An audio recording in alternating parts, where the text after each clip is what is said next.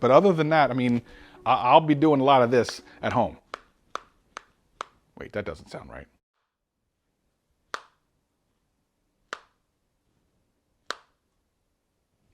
Is that worth $2,000? The Galaxy Z Fold 2. By the way, just going to call it the Galaxy Fold 2. The name is too darn long and ridiculous. Galaxy Fold 2. $2,000, an innovative phone. The second generation of a phone that came out last year. Definitely better, probably in every single way, which is great. It's definitely a solid product. And something I've been waiting for quite a while, even before they announced it. When the Galaxy Fold 1 came out, one of the first things I said was, that looks amazing. I can't wait for the second generation. The first generation of any type of phone typically has issues. And as we saw when the Galaxy Fold tried to come out, you know, right before they released it and all the problems they had, it was a good thing that I waited. And now this thing is pretty beautiful. I've learned a lot of things about this. I just want to be very clear. This is not a review. My review of this phone will come after a while, in a couple of weeks. I want to spend more time with it. I've had about 48 hours with this thing, and I already have some very definitive and really kind of interesting thoughts about this. There are some things that I kind of knew going into it, some things that I was surprised by, and a question that I never thought I would have after using this for 2 days. And I'll tell you all about it right after this. This is, you know you listening to Travis. What up, players? Welcome back. And for all you new people, welcome. My name's Travis and I do tech videos every single week and have a blast doing them. If that sounds like fun to you, sit back, relax, and enjoy the video. Anything I talk about will be in the description below. But for now, let's just get into the video. The Galaxy Fold 2, something that I've been waiting for a long time, especially since the Galaxy Fold came out and had all those issues. Immediately I knew that I was going to wait for this version, and I'm glad I did. This thing is absolutely incredible. I'm going to talk to you a little bit about the things that I have kind of already experienced with this phone, and the things that are thoughts of mine that I know some of you are straight up not going to agree with. Let's start off with, do I even need this as a tech YouTuber? First of all, for any of you out there, a $2,000 phone sounds ridiculous, and it kind of is. This is basically a parlor trick that ends up becoming kind of useful. But the whole point of it is to stretch technology to another level. I actually went into a carrier store when they hadn't even had these yet and brought in to get a new 5G SIM because this uses 5G.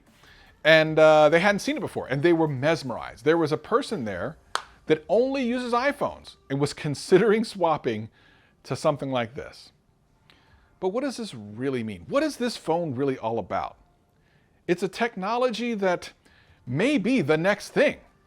But there's something that has struck me about this ever since I started using it that I couldn't shake, and I finally put into words earlier today. And I gotta tell you, a lot of you are not gonna agree with me on this, but it's my thoughts and feelings on this, so I'm gonna tell you what it is. I don't think this is a phone. I really don't. Like, no part of this to me feels like a phone. Well, some of it does. And you might be wondering, what in the world are you talking about? Well, there's a lot of things about this that are different than a phone. Now, here's the thing. Some of you are going to hear that statement and think, oh, you're wrong, Travis. You're supposed to be a tech YouTuber. Blah, blah, blah. I don't want to hear it. This is my experience. To me, this doesn't feel like a phone. It feels like something else. That's neither good nor bad. It's just different. I believe it represents the next level of a mobile device. So because in my mind, and certainly the way I've been using it, it doesn't feel like a phone, this can't be my main phone. As shocking as that may seem. This is really a computing device of some sort. It's a next level mini tablet with kind of a phone-ish thing when it's closed. But here's the problem. When it's closed, it's clunky as heck. It's thick as thick can be. 3 C's on this one. And the screen is really thin. Now, the one thing that I do like about this is with the larger screen on the front, it's more usable than last year's version, which only had like a 4.6 inch screen. It's definitely more usable, but it's so narrow that when text is on it, it's really kind of small. So you do want to get some use out of the primary screen, and I got to be honest, I use it folded a lot more than I thought I would, but it doesn't feel as functional as a phone. And in my mind, when it's closed like this, it's supposed to be a phone, but it's not quite as good as a phone. It's so close, like it's almost there. I don't know how to describe it. You're really just gonna have to grab one of these and try it and see what I mean. It's so thick and heavy, it doesn't feel like a mobile device. Carriers and manufacturers have been working together to make some of the lightest, thinnest, and the most amazing pieces of hardware. But this, when it's folded, is kind of a step back. So in that point, it can't be my main smartphone. It's not a phone to me. It just isn't. Again, it's a computing device. The magic happens when you open it. And at that point, it becomes super magical. It's basically a small tablet. This is a phone and a tablet smacked together, a true phablet, as they used to call things like the Galaxy Note. This is really what the next generation of Galaxy Note should be. Let's get an S Pen in this immediately, Galaxy and Samsung lights. Let's just get that together. And it's because of the transition between phone and tablet that make this a next level device. A device that's a pure joy to use and more interesting than any flat phone that you can buy. This thing is amazing, but I almost feel like I'm insulting it by calling it a phone. But if I need a phone, I wouldn't necessarily take this, and there's a lot of reasons for that. Let's start off with price. At $2,000 and with no cases available on Amazon that you can get anytime soon at the time of the making of this video, I'm not taking this thing outside. This thing's not going outside. I'm sorry, it's staying here at home. So immediately it can't get my main SIM in it. It's not gonna happen. I need to be able to feel safe enough that if while opening this thing up, I drop it, it's not toast. And there's plenty of people out there that say it's durable. I guess I'm not gonna find out. I'm not going to find out. This thing is gonna be over carpets for a long time until cases come out, and then I may take it out every so often.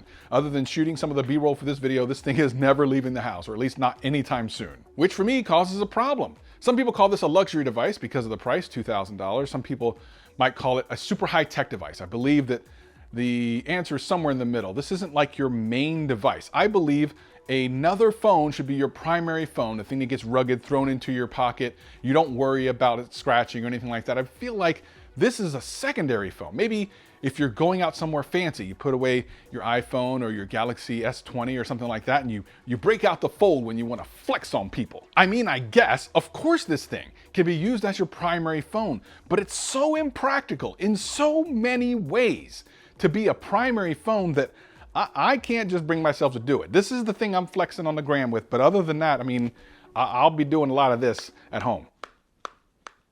Wait, that doesn't sound right. If I'm afraid of the durability of this thing, which maybe is wrong, maybe this thing is super durable, but I'm not gonna find out for $2,000. I'm telling you, once you have that much money in the palm of your hand that you're carrying everywhere, I mean, you don't think of it as your normal everyday $500 phone or even your $1,000 flagship phone. It becomes something else. Thank goodness, because with some of the features that this thing has, and of course I'm gonna save a lot of that, including a lot of the picture samples and stuff that I've done with this thing for my full review, so make sure you're subscribed for that. But as magical as this thing is, it's not my phone. It's not gonna be my primary phone. Here's some of the technical things I found out about this after I bought it. Number one, while the inside of the screen does have 120 hertz, the outside does not. I was not aware of that. Not a huge deal, but I think you just expect everything to be smooth 120 hertz, especially when you get excited that, oh my gosh, not only is a huge screen, a huge 120 hertz OLED screen, that's amazing, the outside is just, it's 60. The fingerprint sensors on the side works excellently. I kind of wish there was an in-display fingerprint sensor, but the side works really well. And you can use it to bring down the notification shade, which is really kind of cool. I love that, especially when you're in the folded mode. It's really super useful. Now let's talk about the crease. I gotta tell you, I agree with all the tech reviewers that say that over time, you don't see it. Samsung did a really smart thing with some of the wallpapers and such to hide that crease. And actually, even when you're watching videos or anything else, you just don't notice it. I mean, you might see it at first because people have pointed it out to you, or even in certain angles in the sun or whatever, but it's just not a concern at all. Like, it's not anything that I say takes anything away from this phone. It's been really awesome. And while I've mentioned it already, the fact that it's super thick when folded and really heavy overall, especially when folded, makes it seem like something other than a phone. When it's completely flat, it's actually quite nice, fits in the hands awesome, and is just a really spectacular piece of hardware. I'm actually super happy I got it. But this brings up a really strange situation that I never thought I would have, and a question that I recently started asking myself, and I can't believe I'm here. That question is, will I keep it? This is my return to Android from having an iPhone for the past year. Previous to that, I was on all the different Galaxy Notes, from the Galaxy Note 2 to the Galaxy Note 10, did the OnePlus 7 Pro for a while, loved all that, then went to iOS for the last year. This is supposed to be my return. And I picked this phone because it's so dramatically different than normal smartphones that I thought that would excite me about Android again. And in a way, it kind of has. However, with it not being completely practical, at least for me, at least in my mind, at least after 2 days, it can't replace my main iPhone as my main phone, the phone I'm going to take everywhere and do everything with. So where does that leave me? Do I really want to have a $2,000 device sitting around my house, barely used? No. Will I keep it?